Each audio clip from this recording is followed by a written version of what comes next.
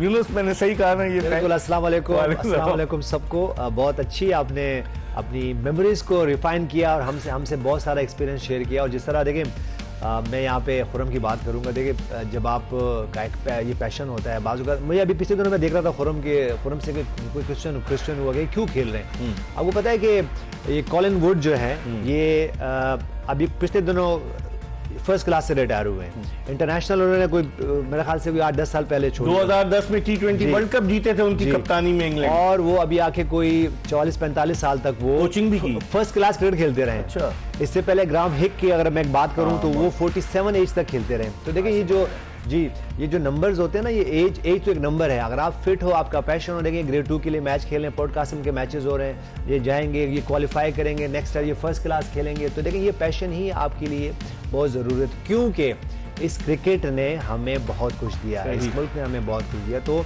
हमें जो है वो कहते हैं ना पे बैक कैसे देना चाहिए, यही वो पे बैक है जो कि हम इस तरह दे सकते हैं। और खुर्रम मंजूर के साथ अगर कोई यंग प्लेयर खेलेंगे, कोई यंग बैटर खेलेंगे, तो वो उनसे बहुत कुछ सीखेंगे। मेरे ख्याल से ये इसलिए नहीं होता कि हम जैसे सीनियर प्लेयर जो है वो उनको छोड़ देना चाहिए, उनको साथ होना चाहिए, किसी न किसी रोल में होना चाहिए। उसका बहुत बड़ा फायदा होता है यंगस्टर्स को। और मुझे तो वो वक्त भी याद है, खुर्रम मंजूर अपना किट बैग पीछे लगा के मोटरसाइकिल पर, स्पोर्ट्स टाइप की मोटरसाइकिल थी, उस पर ये मैच मेरे प्रिविलेज है कि मैंने कुछ प्लेयर ऐसे देखे जो मेरे सामने बिल्कुल बड़े हुए हैं। उसमें खुर्रम मंजूर हैं, उसमें फवाद आलम हैं, उसमें आसिम कमाल को भी, आसिम कमाल खैर हमारे साथ मुस्लिम कमर्शियल बैंक में खेलते थे, लेकिन मेरे वो जूनियर है। ये 4-5 प्लेयर, खालिद लतीफ़, ये 4-5 प्लेयर मेरे सामने आप समझें कि शुरू किया बच्चे और बच्चों से बड़े हुए हैं। तो मेरे लिए प्रिविलेज है कि मैंने इनके साथ अपना इनको देखा। और जो मेरे मेंटोर थे और राशिद लतीफ़, मैं उनके सामने बड़ा हो गया।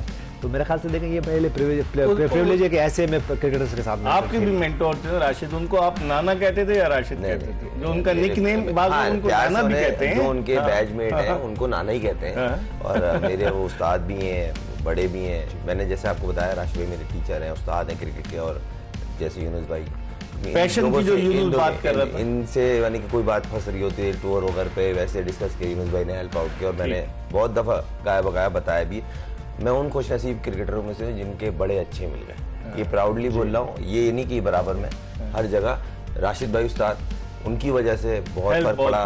फिर यूनुस भाई जिस तरह गाइडेंस देते थे हार्ड वर्क के लिए, हार्ड वर्क में कोई कॉम्प्रोमाइज नहीं, कामयाबी आपके कदम चूमेगी। अब यहाँ मेहनत कराची किंग्स क्या कर रही है? पिछला मैच जीती कराची किंग्स, तवक्कुआत बहुत ऊंची चली गई, और अब कराची किंग्स को क्या हो गया आज?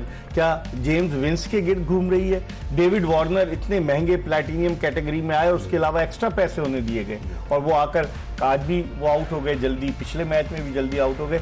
देखते क्या है, क्या खुद एतमादी कराची किंग्स को ले डूबी? टारगेट ज्यादा था, बॉलिंग अच्छी थी, या बैट्समैनों की गलती थी? यूनुस क्या? देखिए मेरे ख्याल से एक तो ये जो डिसीजन किया है ना आज एक लाहौर कलंदर्स ने, कि अगर मैं पिच की देखूं एज अ बैटर में देखूं तो आसान नहीं था। जो पहले पावर प्ले के जो 6 ओवर हुए उसमें लग रहा था कि शायद यहाँ पे मुश्किल से 150 रन होंगे, लेकिन हम जो बात करते हैं कि पार्टनरशिप का होना बहुत ज़रूरी है। ठीक है, T20 क्रिकेट तो है, बहुत सारे एक्सक्लूसिव बल्कि एक्सपेंसिव शॉट्स आपको खेलने पड़ते हैं, ये डिमांड है, ये एक्सपेक्टेशन है क्राउड की, हम सब की, कि फ़खर जमान आएंगे, डेरन मिचेल खेलेंगे आएंगे और वो बहुत सारी हिट आउट करेंगे बाउंड्रीज को। लेकिन उन्होंने स्मार्टली, ठीक है फ़खर जमान लकी रहे, उनको एक चांस मिला और फिर उन्होंने वो कैश किया। और 125 रन की जो पार्टनरशिप हुई है 70 बॉल्स पे, उन्होंने इनकी अगर मैं बैटिंग की आज जो बैट्समैनशिप देखूं तो बहुत सारे सिंगल्स, बहुत सारे डबल्स, उनका जो एक दूसरे को कॉम्प्लीमेंट करना था वो बहुत ज़बरदस्त था। और फिर जैसे ही स्पिनर्स आए, मुझे लगता है जो वीक पॉइंट है कराची किंग्स की बॉलिंग में वो है स्पिनर्स का। और अगर मैं ऑपोजिट अभी देख लूँ, लाहौर कलंदर जब बॉलिंग कर रही है तो उनके पास जो स्पिन ऑप्शंस हैं वो बहुत अच्छे हैं। तो मेरे ख्याल से ये वो एक डिपार्टमेंट है जिसमें वो कराची किंग्स लैग कर रही है। इवन अगर पहला मैच भी देखें जब 235 रन इनके अगेंस्ट हुए हैं तो उसमें भी एग्जैक्टली यही था कि वहां पे जब स्पिनर्स आए तो स्पिनर्स की जो है ना बहुत ज्यादा रन उन्होंने कंसीड किए थे उस वक्त। तो मेरे ख्याल से और फिर जिस तरह अब्बास अफरीदी का फॉर्म में नहीं होना उनकी तरफ से, क्योंकि वो एक 4 ओवर में 47 रन, और हम देखिए हम बार बार एक बात कर रहे हैं वेरिएशंस की बात कर रहे हैं, फिर हम वो जो उनके स्लोअर डिलीवरी जो बैक ऑफ द हैंड आता है, देखिए कल खुरम ने बहुत अच्छा एक्सप्लेन किया उस्मान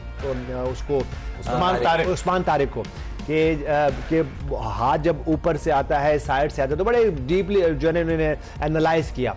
मेरे ख्याल से देखें जब आप स्लो ऑन करेंगे और इस तरह के जो बैक ऑफ द हैंड करेंगे, अगर वो आपकी आई लाइन से ऊपर नहीं होगा और वो जो आपके लो ट्रेजेक्टरी पे आ रहा होता है बॉल, तो वो इजी है उसके लिए। और आज भी ऐसे हुआ, दो कि उन्होंने डेरिल मिचेल को आउट किया लेकिन वो जो बॉल उन्होंने जहां पे उन्होंने पिच किया था बहुत बाहर था। तो इस वजह से देखिए ये वो पॉइंट्स है जो कि आपको, और फिर अगर मैं हसन अली की बॉलिंग की बात करूं तो उन्होंने दिखाया उसी पिच पे जहां उन्होंने 4 आउट किए, उन्होंने पहले फेज में कैसे बॉलिंग की, फिर दूसरे फेज में कैसे बॉलिंग की। तो ऐसा नहीं था कि पिच कोई आसान थी या पिच मुश्किल थी, वही वाली बात है कि आपकी अगर क्वालिटी आपके पास है, आपके पास एक्सपीरियंस है और वाइजली उसको आप यूज करते हो तो उसका फायदा होता है। हसन अली नए हेयर स्टाइल के साथ जिस तरह से उन्होंने आज बॉलिंग की, 4 विकेट नहीं, बड़ी अच्छी उन्होंने बॉलिंग की, जहां पर के दूसरे बॉलर्स की पिटाई हो रही थी उन्होंने सिर्फ 28 रन देकर 4 विकेट। आप कैसे देखते हैं कि जिस तरह यूनुस कह रहे हैं, एक तो खुशकिस्मत रही लाहौर कलंदर्स, मैंने देखा कि जब भी फखर जमान का कैच ड्रॉप होता है, नो बॉल पे आउट हो जाते हैं, वो रन जरूर करते हैं। और आप भी जब स्टेडियम जाते हो मैच देखने के लिए? हाँ, मैं जाता हूँ, मैं तो क्या आप उनको सपोर्ट भी करते हैं? सपोर्ट करता हूँ, मैं तो कल भी लाहौर कलंदर्स को सपोर्ट कर, लेकिन फखर जमान का सिफर पे बड़ा आसान कैच छूटा जेम्स विंस से, ऐसा लग रहा था कि बहुत आसान, और फिर उसके बाद वो 75-76 रन कर गए। और जो पार्टनरशिप जिस तरह यूनुस कह रहे थे 25 पे 2 विकेटें गिर गई थी और ऐसा लग रहा था कि लाहौर कलंदर्स का ये डिसीजन सही नहीं है, लेकिन फिर क्या पार्टनरशिप हुई, क्या नहीं, पहले मैं हसन अली की बात का जवाब दे देता हूँ। मुझे बड़ी खुशी है, वो काफ़ी टाइम से इस रिदम को ढूंढ रहे थे, काफ़ी हार्ड वर्किंग पर्सन है और दिल से खेलता है, पैशन से खेलता है और वो उसकी बॉडी लैंग्वेज ग्राउंड में दिखती है और पैशनेट लोग चाहिए और वो चीज़ इसके दोनों मैचों में दिखी है। उसकी बॉल में जिप दिखा है, main cheese he of the pitch ball निकल रहा है जो मिसिंग हो गई थी इसकी रीहैब के बाद। उसके बाद इसने इन दोनों मैचों में जितनी ऑर्गेनाइज बॉलिंग की है, कैलकुलेटेड, हार्ड लेंथ, फिर फुल लेंथ, उसमें पेस को वेरी करना, खास तौर जो आखिरी 2 ओवर में इसको मार पड़ ली थी, अब वो चीज में थोड़ा डिफरेंस आया है। लास्ट मैच में इसको आखिरी 2 ओवर में मार पड़ी है, मगर इस मैच में इसने जो बॉलिंग की है, पेस को, लेंथ को, लाइन को वेरी किया है और कोशिश की विद इन स्टंप या बॉडी में, ताकि बैट्समैन के हाथ सीधे ना हो, जिससे उसको मारने में हेल्प ना हो। अब बात कर लेते हैं कलंदर की। सबसे अच्छी चीज ये कि अगर फकर को चांस मिलता है, अगर तो वो टीम को किनारे लगाता है। ये उस लड़के की क्लास है, आप उठा के देखें। आपको याद करें 18 जून 2017 को चैंपियंस ट्रॉफी के फाइनल में नो बॉल आउट हुआ और उसके बाद उसने सेंचुरी स्कोर कर दी। ये अच्छी चीज है। देखें, बहुत कम प्लेयर होते हैं जिनको चांस मिले वो फिर भी आउट हो जाते हैं, और वो कंसिस्टेंट इस चीज में इतना है कि अनफॉर्चुनेट अगर चांस मिल जाए फिर वो नहीं छोड़ता, फिर वो सामने टीम को घर तक छोड़ के आता है। ये उसकी क्लास है। और दूसरी बात जो यूनुस भाई ने मेंशन की ना, स्पिनर को वेट करता है वो कि लेफ्ट आर्म स्पिनर आएंगे, मेरे एरिया क्या है, mid on towards mid wicket, square leg, और बॉल ढूंढता है। ये नहीं कि आंख मीच के मारता है, जो उसको तंग करता है उस पे फीट यूज करता है। तो बड़ी कैलकुलेटेड बैटिंग करता है और उसकी जिस तरह की फॉर्म आई है ये पिछले पीएसएल में मिसिंग नहीं थी।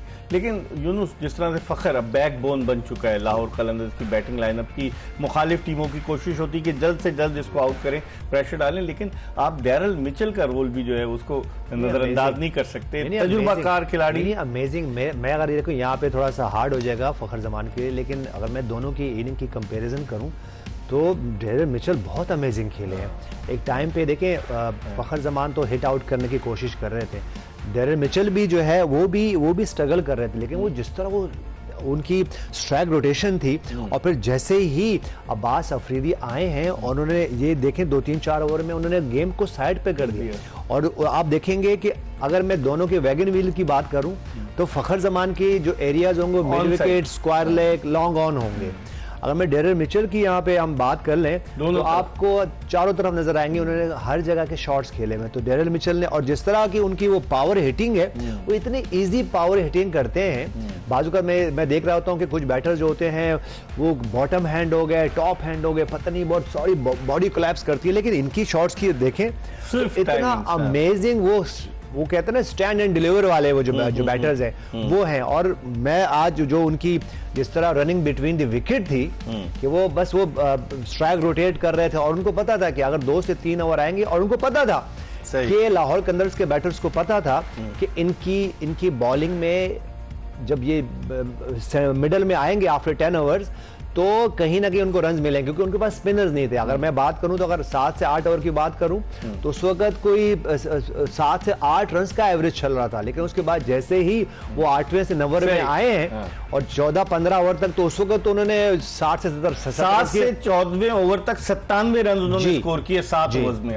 तो उसके बाद उनको ये पता था। तो ये देखिए, ये एक सीनियर प्लेयर, इसीलिए डेरिल मिचेल जो है वो टॉप की टीम में खेल रहे हैं, टॉप की लीग्स खेल रहे हैं, और इवन फखर जमान को भी उनसे सीखना चाहिए। दो के फखर ने बहुत जबरदस्त बैक टू बैक इनिंग खेली, लेकिन फखर को भी अपनी बैट्समैनशिप में और क्वालिटी लाने की जरूरत है, क्योंकि फिर होगा क्या कि जो अगर आप एक ही तरफ खेलोगे तो फिर बॉलर्स आपको टारगेट करेंगे और आपको वहां बॉल नहीं देंगे तो आप स्ट्रगल करोगे। ठीक है, हम एक ब्रेक की तरफ बढ़ रहे हैं और ये बताते हुए कि क्लेयरमैन प्रेजेंट्स जोश जगा दे, powered by Sunsilk and Hero detergents. हम ब्रेक के बाद यूनुस खान और खुर्रम मंजूर के साथ दोबारा आपकी खिदमत में हाजिर होंगे।